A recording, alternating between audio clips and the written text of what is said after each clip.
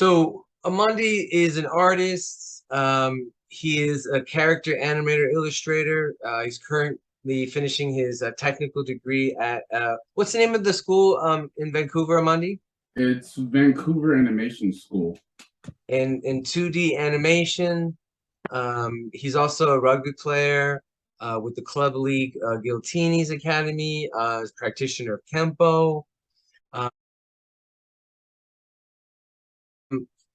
just a little thing about Hinchas. We're a Los Angeles-based micro press. We publish zines, poetry in translation, and library science nonfiction, right? Because we have a series called Librarians with Spines. In line with the rabid fanaticism that defines football, soccer, right? Fans across the world, Hinchas channels the best aspects of that energy and gives a voice to non-traditional and marginalized communities. We try to support social justice initiatives and advocate for bilingual literacy endeavors, especially along portions of the Americas that are monolingual. Um, a lot of this has to do, a lot of the advocacy work and the stuff that we do is as a result of being inspired by people like James Foley, who was a really dear friend of ours from Chicago and a journalist. And so these things are meant to just kind of supplement all the learning that we're doing living in our cities and kind of like trying to be the best people that we are. So thanks so much for coming through. So my taste, or my first taste, was Dragon Ball Z by Akira Toriyama. And this piece of work I'm showing up on the whiteboard, this is a comic strip I drew in inspiration to of the basic medium of what Akira Toriyama would always draw upon. The character in battle, the character in the midst of battle, we have the action, the rising, a climax. These two would be a climax. But as of right now, these are a few scenes. Like, you can't put everything on one page. Right. But beginning to rising to climax. And then this would be somewhat your final climax, so to speak. Like, a climax would be your in-between of a story. Let's say the juicy part, the part you want your people to be on edge about. Mm-hmm. So in a sense, Akira Toriyama, every time he would tell a story or tell a character story, from what I would see, I was always on the edge of my seat every time the character was about to do something. And as I can see right here, this character is about to either get a power up, do something crazy because of this scene right here. It's depicting a grin after a shot right here. So as we follow the story, you can only speculate what's to come after this scene right here. Very cool. And I saw you moving all across like the page. I love those like kind of montage like drawings or sketches where it's like you have several things happening, right? You have like a progression. Mm-hmm. I gotta be honest, I even like kind of being a little confused when I read comics to see how it's going, because sometimes I'm like going this way, I'm like, oh no, it's supposed to go this way, and then this way. It's like it's really kind of strange, and like I would think I would be bothered more by that, but I actually kind of like it. You know what I mean? I like trying Yeah. to figure out where the story is, right? Yeah, as I feel like that's one of the goals as a writer or storyteller in any fashion. You want your reader to not follow your story every bit. You want them to be missing a key or a clue that draws them back into the story that they need to find.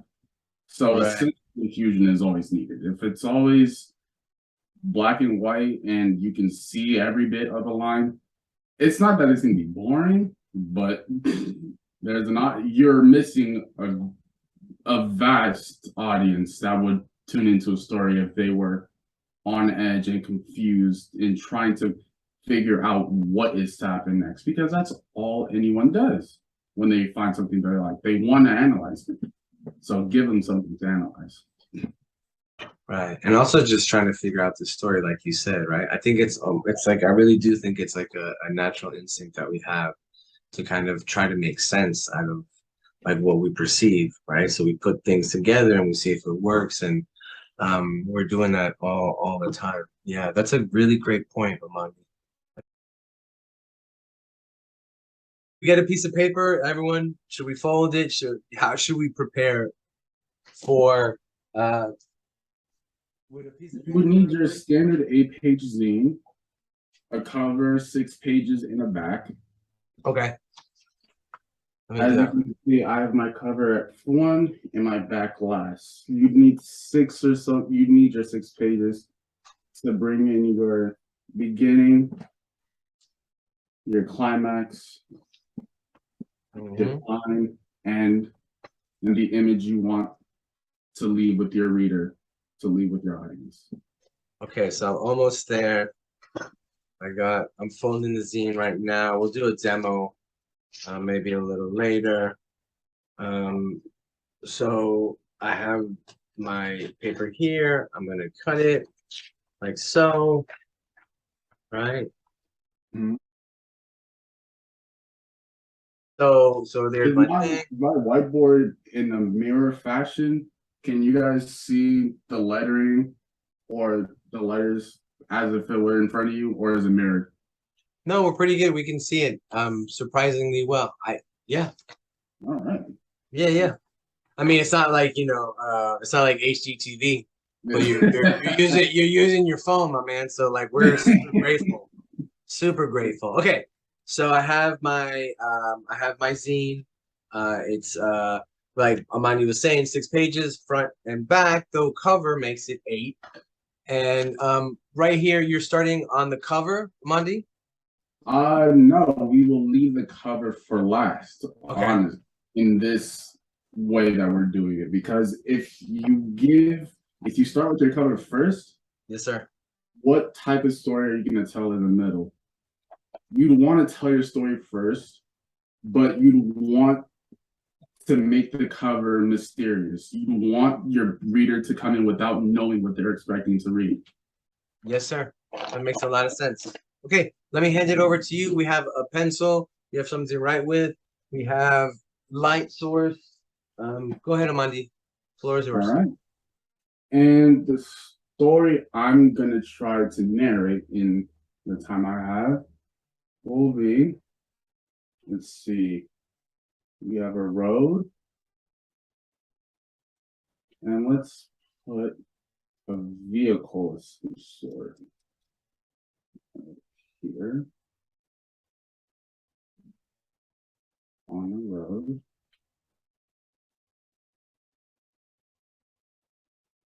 Like that. Buildings in the foreground, because we all live in a city, or there's buildings to look at. We'll put a sun here, daytime, and clouds. And now my next part, so this is my beginning.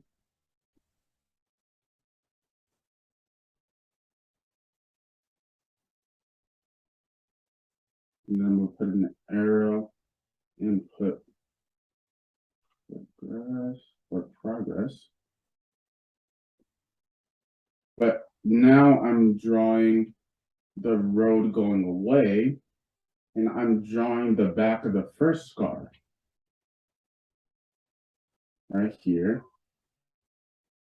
But now there's another vehicle right here. Still buildings right here in the foreground. And let's make it cop. Let's make it look different for a second.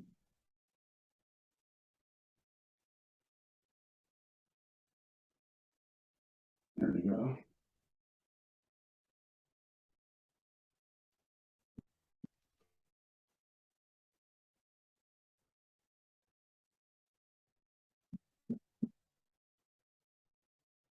And now in this middle, this gray area, I would suppose, because I'd want 4 to be my climax. And then 5 would be my decline. And 6 would be my finish.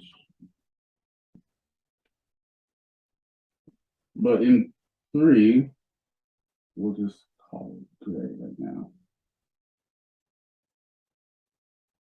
We have a stick figure getting out of a car, approaching the first car. And we're going to put another stick figure at the corner of the car without a clear implication of what they're doing. We don't know if they're getting into the car. We don't know if they're leaving it. We don't know what they're doing. You just see the stick figure or who is person. Ooh.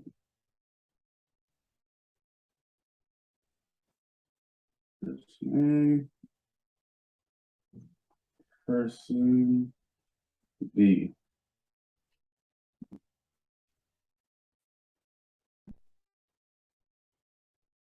And now for the climax, person B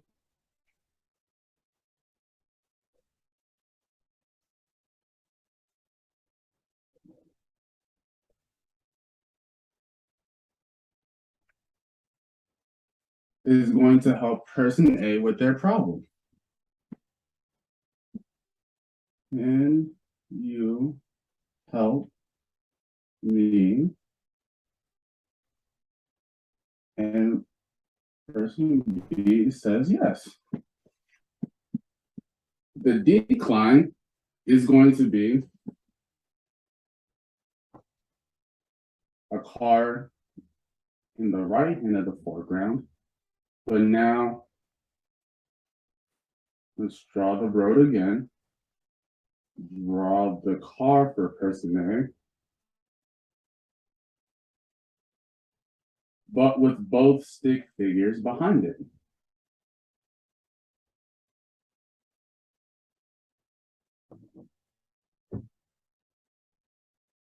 Then let's draw the foreground again.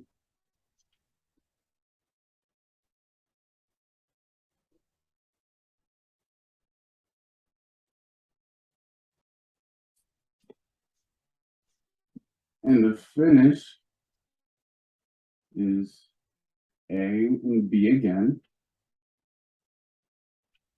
But this time we're going to close up on person B. We'll do little squiggle lines to insinuate a wave.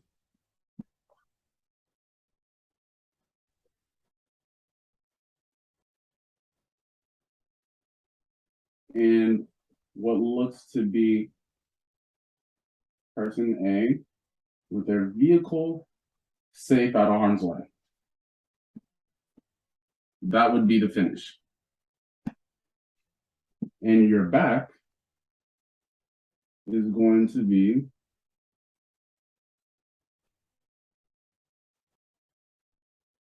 the 2 stick figures hugging.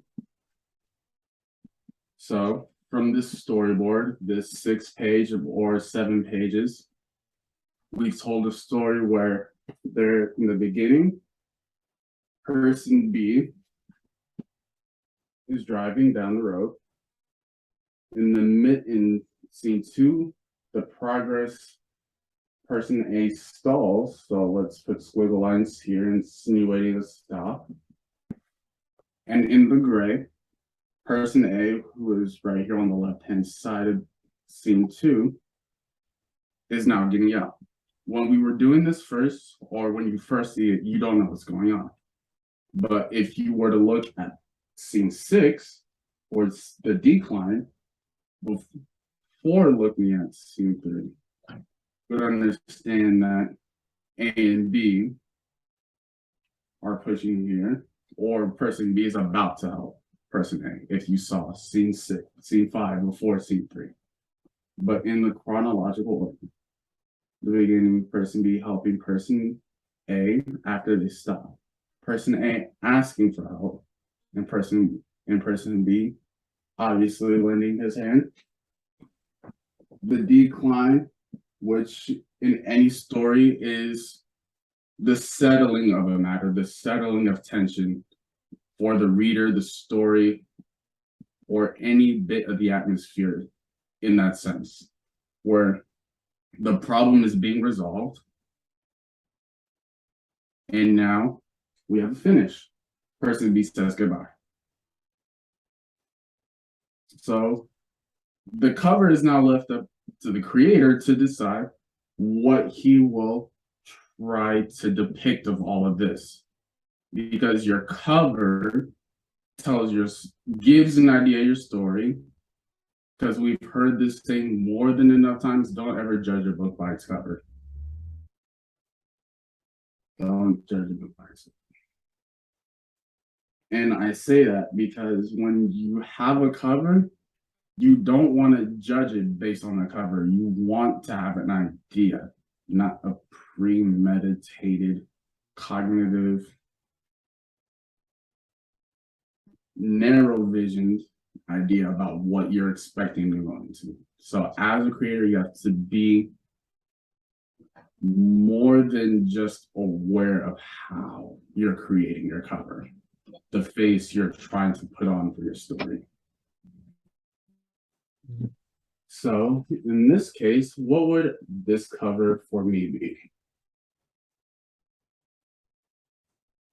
Let's say we have person B lifting a car, or what appears to be a car.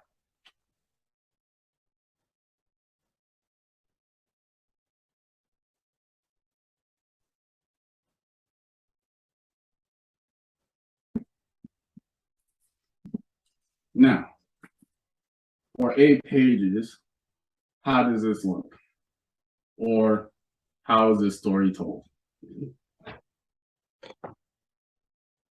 Right. The most important thing, like the superhero elements, like on the cover page, to entice the reader, and then really the story inside is just one of just being a normal, nice person and helping someone out. That's really smart. That's really smart. I never thought of it like that, but you're totally right. I thought I went the other way where I just thought like because this is a thing that takes place like on a highway, that you would just do like a highway. You know what I mean? Like that would be the first one, but that's not arresting. That's not gonna catch anyone's attention. Do you know what I mean? But Yeah. you know, throwing a car like the Hulk is. Yeah, you Super, yeah. That's brilliant. That's brilliant, Omondi. Thank you. Yeah, actually, where is my school notebook?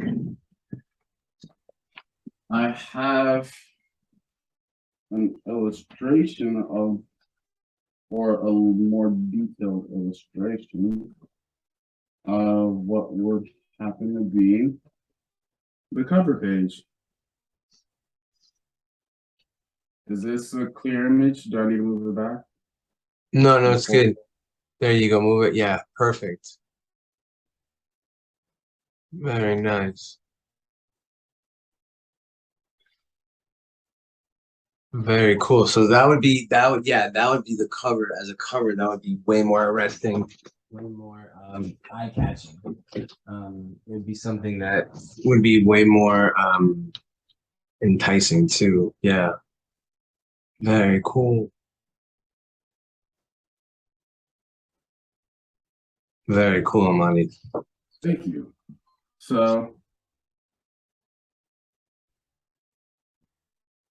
to basically summarize this,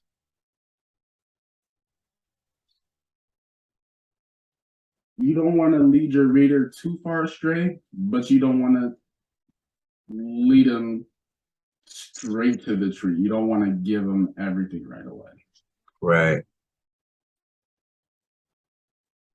There has to be some mystery, right? Yeah.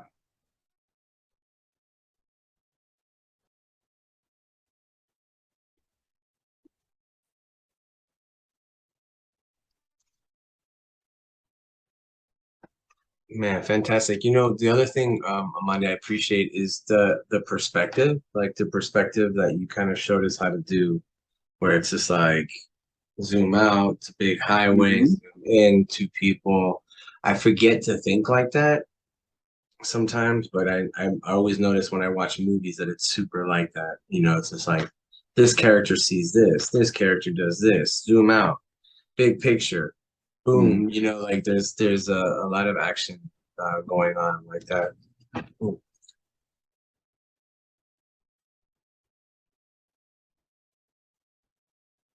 My Maya, do you like do you read manga? Do you read comics? Do you like to? Yeah, so it's actually been only about for me for the past year that I've been rediscovering comics because I've always thought that they usually don't have the characters that I'm excited about. Okay. Not a lot of female characters too. But what got me to comics recently is the field of graphic medicine because my background is in public health, and graphic medicine combines um, uh, public health narratives and comics. So you can read a lot about people's experiences of diseases and disability, about professional challenges in medical field. And I'm about to join actually a comic group to create my comic about my experiences in public health with the Sequential Artist Workshop. I'm That's not sure if you know them, but yeah, and I'm just Very reading cool. this book now, Graphic graphic. Public Health. Graphic public Wow. health. That looks like something I need to read. Let me write that down. Yeah, yeah. And there was also a great conference actually in Chicago this summer that I was lucky to attend uh, on the same subject. So there were a lot of creators and people that are just interested in talking about health in a different way, than academic or medical. Yeah, yeah, yeah. Man, that's so interesting. That's so interesting. Graphic public health. Yeah, because you know, they give you this thing with medicine. It's like this, it's like a CVS receipt or something of information, and no one really reads that. It's almost like the thing that you have to sign when you know, join Apple or it's just people just are like, ah, whatever, you know, I don't even get I'm not even gonna waste my time. And there's I think important information there, right? So like Oh yeah, absolutely. wow, that's I why have a ton of recommendations, so I can send you. rad. Thank you. Thanks so much. Um Omondi, how much effort does it take to put the characters in anatomically correct poses? Is because I see like when I go to art stores, I see those like models, and you know, you Mhm. can pose them. Do you use those models? Do you when you're you know refining what you kind of lay out? Because I imagine this is like a rough draft, right? There Mhm. you go. Of course. Yeah, yeah, I've yeah. had this was a gift from my APR teacher in Redonda. When actually before she became my APR teacher, when I was in her first art class, and I to my student to my student behavior, I wasn't doing the work given. I'd do the work I wanted to. I Right. which honestly, I I'm not gonna say don't listen to your teachers. Your teachers are there for a reason. But I felt I was drawing what I wanted to see. And she gave me this to help me with that. Right. Right. That's so important. How do you can you show us real quick how do you like you just do you just position the right, you just kind of like in your head say, okay, what's happening in the story? They're Mhm. looking at they're, you know, doing this or they're, you know, right. Wow. Yeah. And if that isn't enough, I'll use this area as, is this visible still? shapes are your best friend when making any part of the body. As far as your hand, and this is always my fun one to do at any given time. Your palm makes a square, your fingers make rectangles, and your thumb is arbitrary. So have a little imagination when you're making something. Mm-hmm. And if I were to make a different part of the body, where's my eraser? The eraser. Here we go. We would have a different part of the body, let's say the torso. So let me draw a neck right here.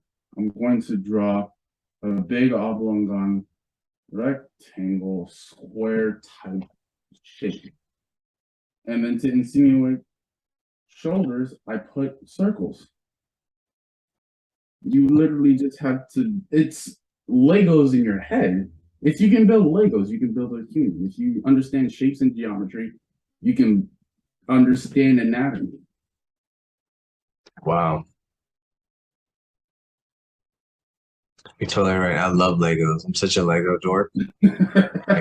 I said Legos because I was just in my garage and I caught a glance at my old Lego kit. Yeah.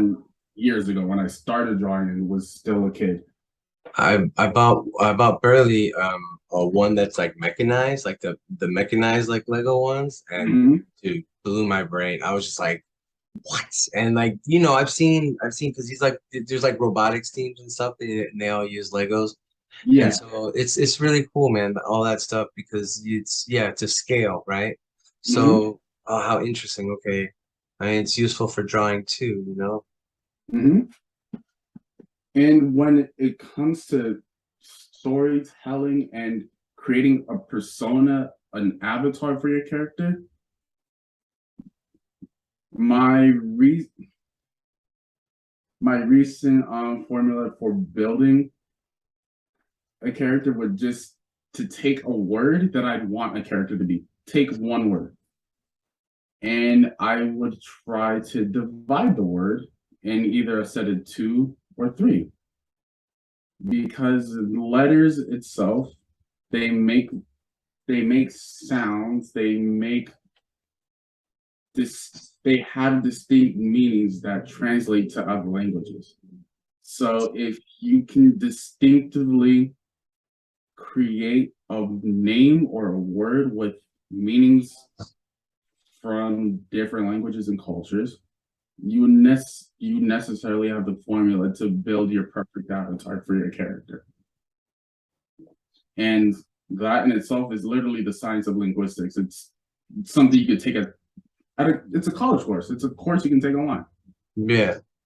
So what's the difference between an avatar and a character, for example? A character is, and an avatar is. The avatar is something you want your character to embody. A character can be a filler character. It's just a character that's there to build a story. But an avatar is your story. I like how you use the word embody. I think that's really integral. It's really key. Very key.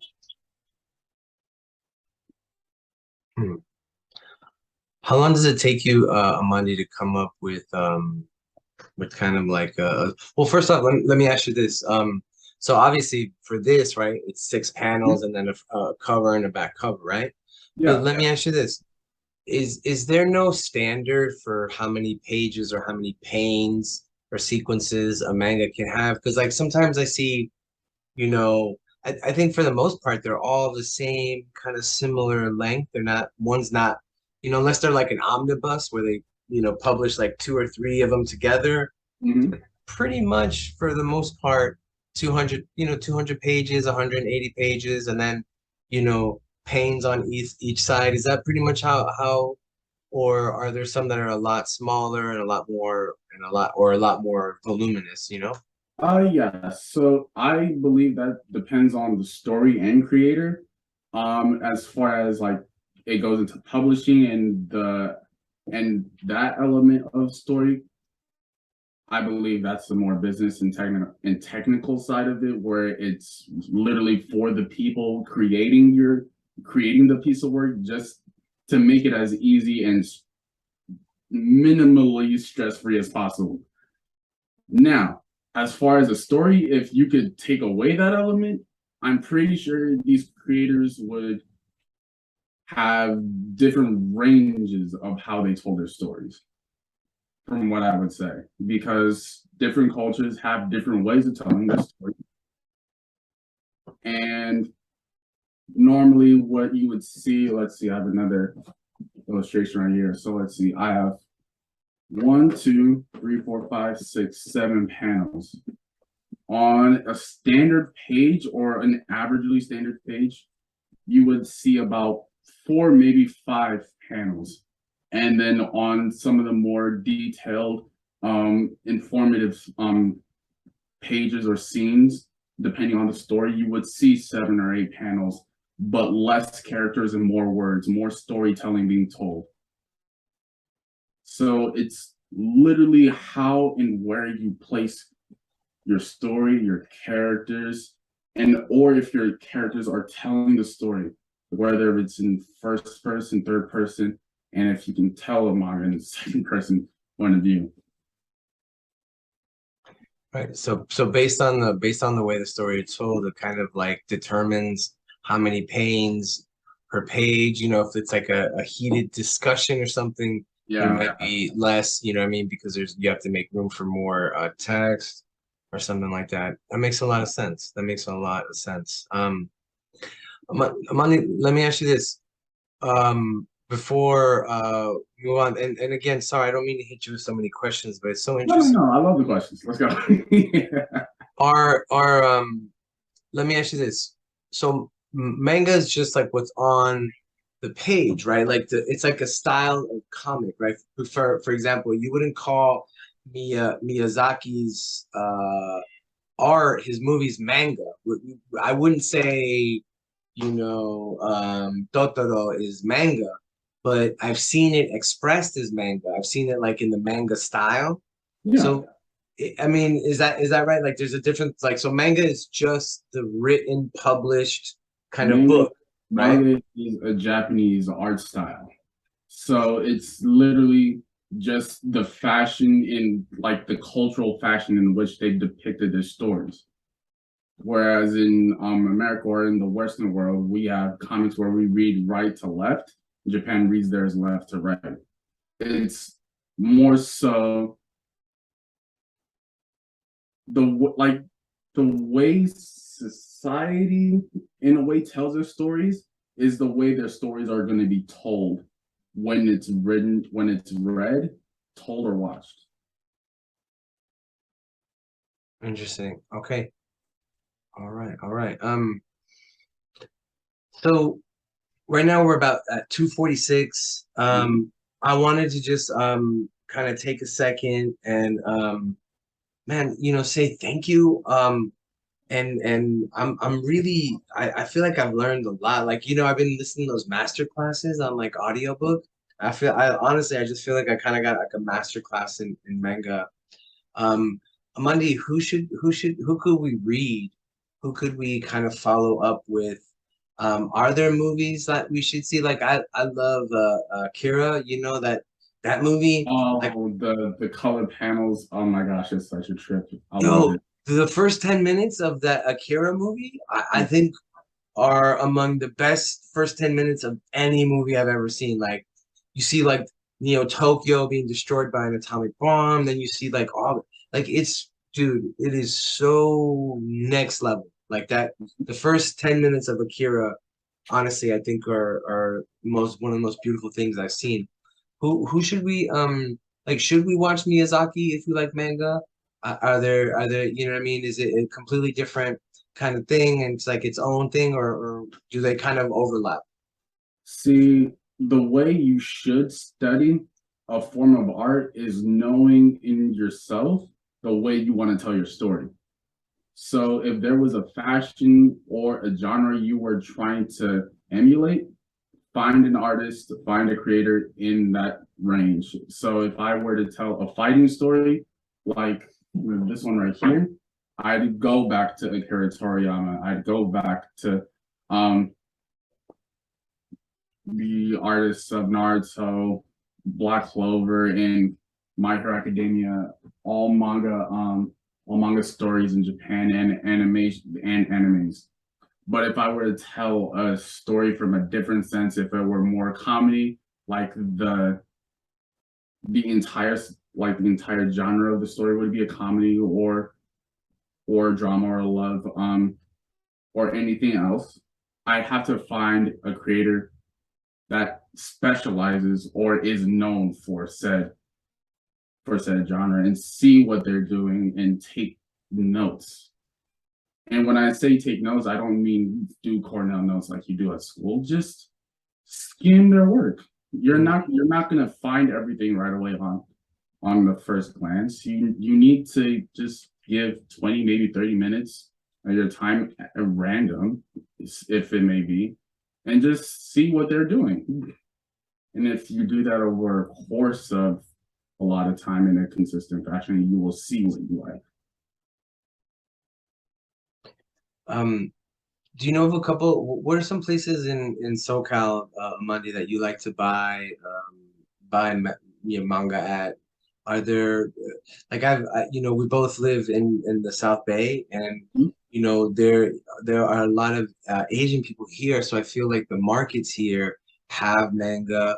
Like when I lived in Mar Vista, there was one Mitsuya, and they had an amazing bookstore, but there was just like one of them. And here, I feel like there's several. The other, can you fill us in a little, like on the scene in SoCal? Do you go to like the anime conferences and stuff like that, or? So I know there's Comic Cons and expos happening in San Diego different times of the year. Closer to the LA area, like in the Downey area, there's a place called Frankensons, but it sounds like Frankenstein, but it's a literal pop-up shop by like I couldn't believe how big it was. When I heard pop-up shop, I couldn't believe how big it was. Tons of not just manga and anime content, but Marvel, just anything like comic in a comic fashion or anything nerdy, and I was geeking out. But the anime section and the manga section was extensive, extensive. I have to go back. I couldn't navigate through all of it. I couldn't. But yeah, they definitely have content on the older animations, older mangas, and how stories were told back then, like how let's take Dragon Ball for example, and I'm going to use Dragon Ball as an example because it's been my first animation back in '92, before I was born, surpasses and is closer to my heart than the animation I've seen. And I'm not saying that to discredit any studio or anything of the sort, but of what I've seen today. It's just for me, I believe it's the techniques they may have used back then that made the work look so much more refined. In layman's terms, a traditional way, where you had to spend more time on your work to make sure it looked better. Whereas right now, we have a more microwave society, and everyone is trying to get everything done and fast. That's my take. Right. No, that's really helpful. That's really helpful.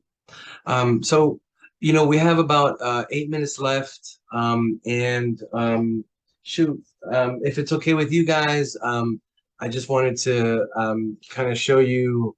I've been working on so I have 2 kids, and the little one is making these kind of like illustrations, drawings, colorings, And so what I've started to do is I started thinking like, oh, what if I could turn it into like a book, right? And like each page has a kind of beautiful pane of just like super, I don't even know what to call it, like de Kooning, right? It just seems like it's like kind of de Kooning-ish, right?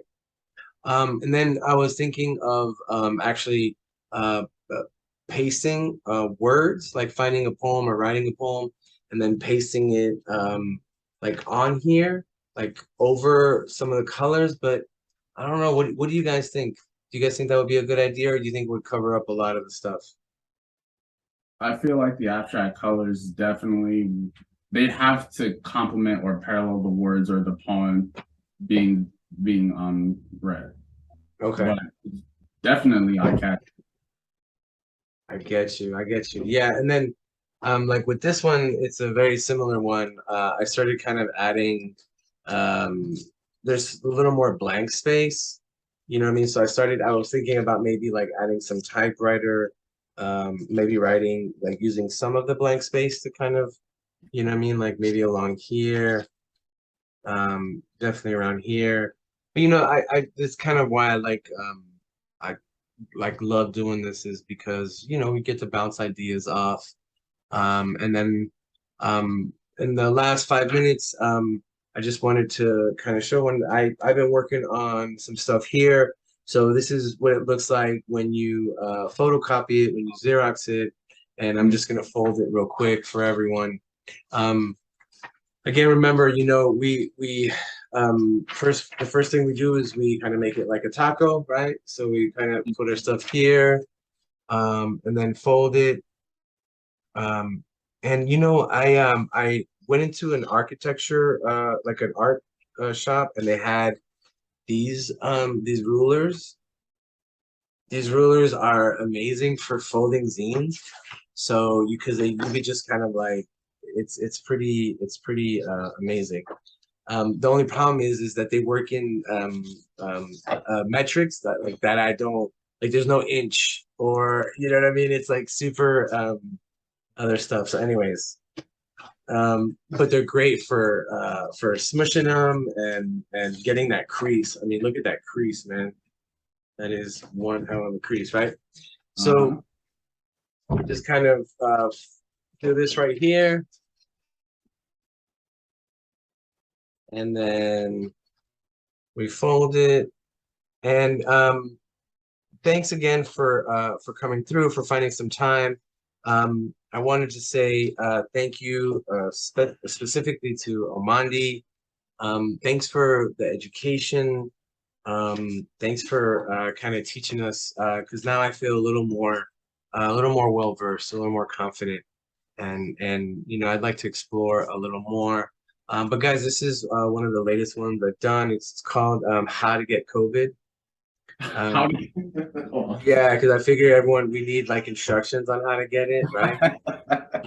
And so it's just like there's a little poem in here, and what I've been using is a lot of the like instruction manuals that they send stuff with, you know, because like I think like when I think of the pandemic too, I think of like instruction manuals because we bought so much crap, you know, and had it delivered to our homes during that time that like it's just for some reason it's very endearing to me. Like I love instruction manuals and stuff like that.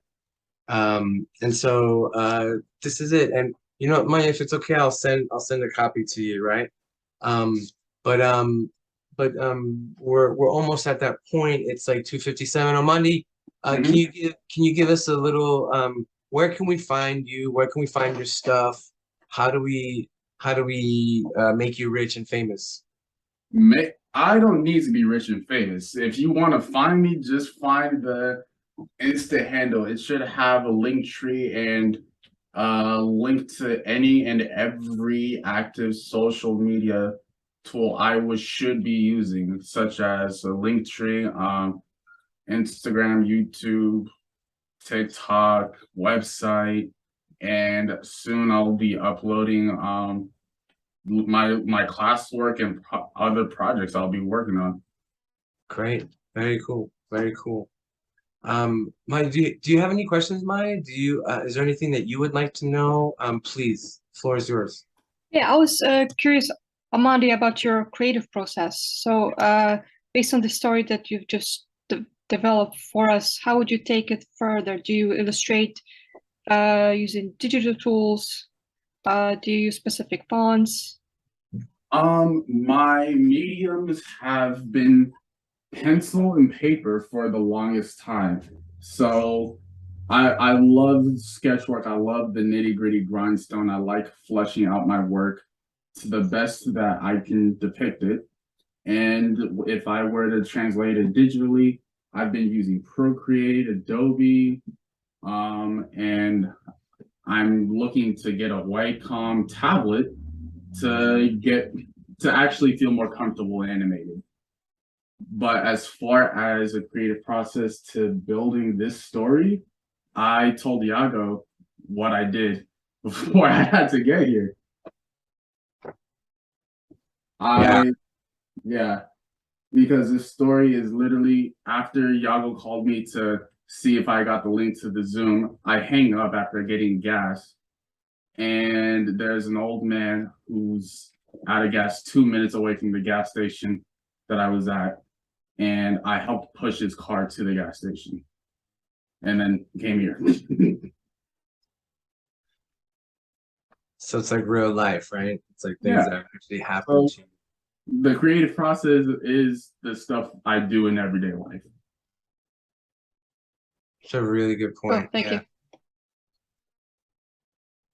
It's a really good point, Amani. I think a lot of people think that, like artists are made, right? That they sit there incubating, and it's like, no, we just kind of live our lives and stuff happens to us, and then we incorporate it into our art, so be careful, be nice to people, because you're gonna end up in a zine or something. You never know, man. You never know. Well, listen, Maya, thank you so much. Omondi, thank you so much. It's 3 p.m. What I love about these workshops is we're out, we're going with the rest of our day. Thank you so much for joining us. I have no idea who is going to host next month's workshop, but let me tell you this: they have big shoes to fill. Omondi Pierce, you are a prince. Thank you so much, everybody. McGarrett can draw on Instagram. Check it out. Don't sleep on Omondi. I'm telling you, this kid is going places. We really appreciate the help, the education, the instruction, and the care and the patience. Omondi, you're a prince. Maya, thank you so much for coming through. We have three more, right? We have October, November, December, 3 more workshops, and it would have been a year. So I wanted to say thank you to you for coming out, because this was something like not on a whim, but this was like more like a challenge I set up for myself. Can I host a monthly workshop and bring exciting, brilliant, vital, people with integrity, and just, to teach us how to be better artists? And I hate to say it, but I think I'm killing it. So we have 3 more workshops, and let's see what we can do. Thank you so much for coming out today. Omondi, thank you so much. Maya, have a great one. We'll see you in a month. Bye, guys. Thank you, guys. I'll see you. Bye-bye. Thank you.